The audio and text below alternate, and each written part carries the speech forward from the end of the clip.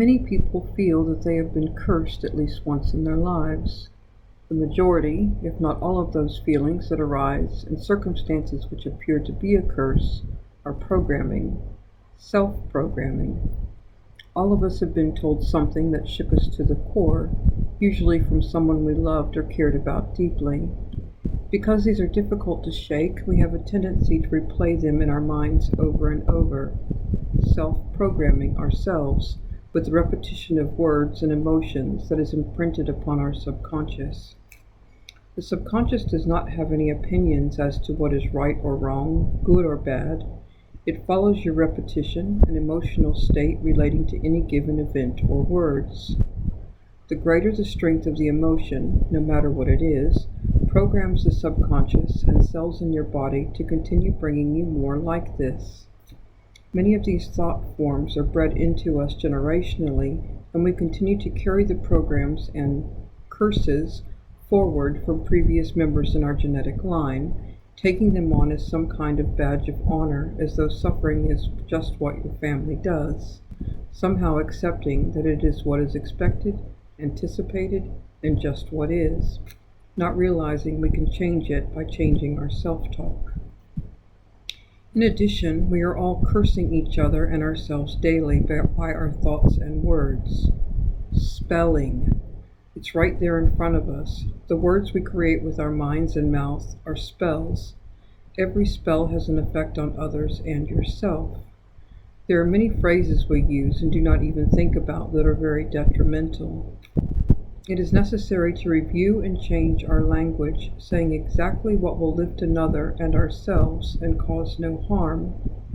Until we can be proficient with our words and thoughts, we will continue to place spells and curses on each other, as well as ourselves, as well as personally pay the karmic debt for our use of unkind or negative words. It can be difficult to remain calm and centered when someone is yelling at us. We can feel the negative energies coming towards us, and the learned reaction is to fight back and defend ourselves. There is no defense necessary when you stand in the center of your authentic self. These defensive reactions and constant interactions are what continuously keeps negative energies in play, which makes them stronger and gives them more power. At minimum, stand, let it roll over and through you without responding, without taking it on. What another slings at us are theirs, not yours.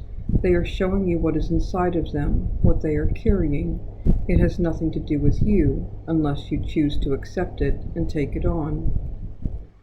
The varying degrees as to how present you are in any given moment will give you the opportunity to transmute the energy coming towards you to a neutral, or better, so that it will be in a different form when it hits the next person in its path.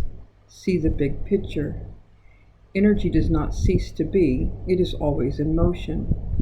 Energy sent out will keep floating around in its created form until it is changed to another form. It cannot be destroyed, but it can be changed. Energies are magnetic in nature and are attracted to something that is like itself.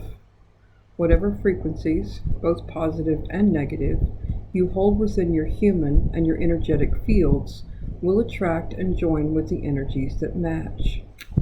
Ever wonder why when you're having a bad day, things just seem to keep piling on and on? The lower the energy frequency, the denser it feels, and the more that continue to pile on top of it into a huge glob. Whatever frequency you are emitting, whether you are aware of it or not, is like a lighthouse calling everything that matches that to come flying to you. The sad thought is that there is a disproportionate flow of positive energy to negative energy, with the negative being fed and increased. The world these days seems to look for and promote negative energies as a way of feeling alive, always wanting something to fight for and against. This must stop and will stop as we remember to transmute instead of join in. Every time you find yourself replaying an event or emotion that was in the past, stop and pay attention. Are you sure that this event elicited an emotion that you wish to repeat? Is this really what you wish to experience again? What can I think of that would be better than this? When you begin paying attention, you will quickly realize the incessant number of times you repeat the stories and words of your life over and over and over again, further imprinting them in your subconscious, which will bring you more of the same into your reality.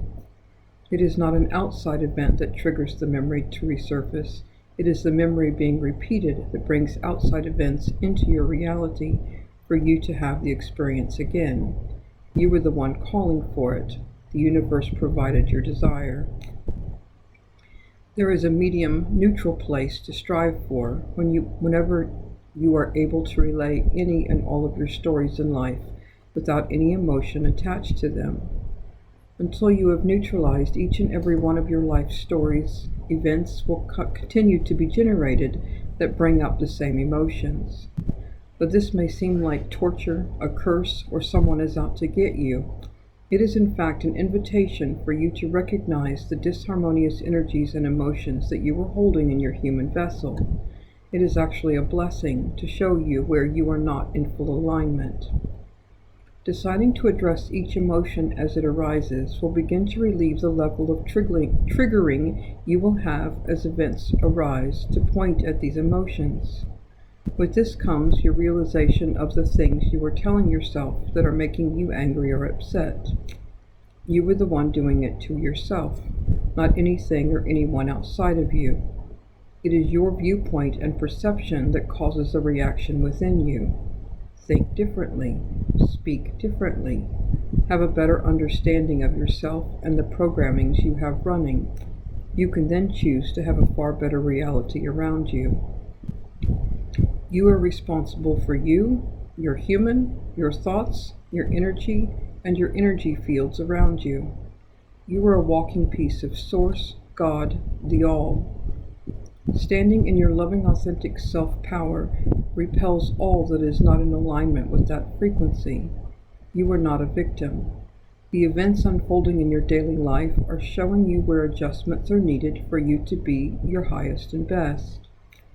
You can choose to react, repel, and continue sending negative energy back towards the event or person, or you can stop and dissect why this thing is bothering you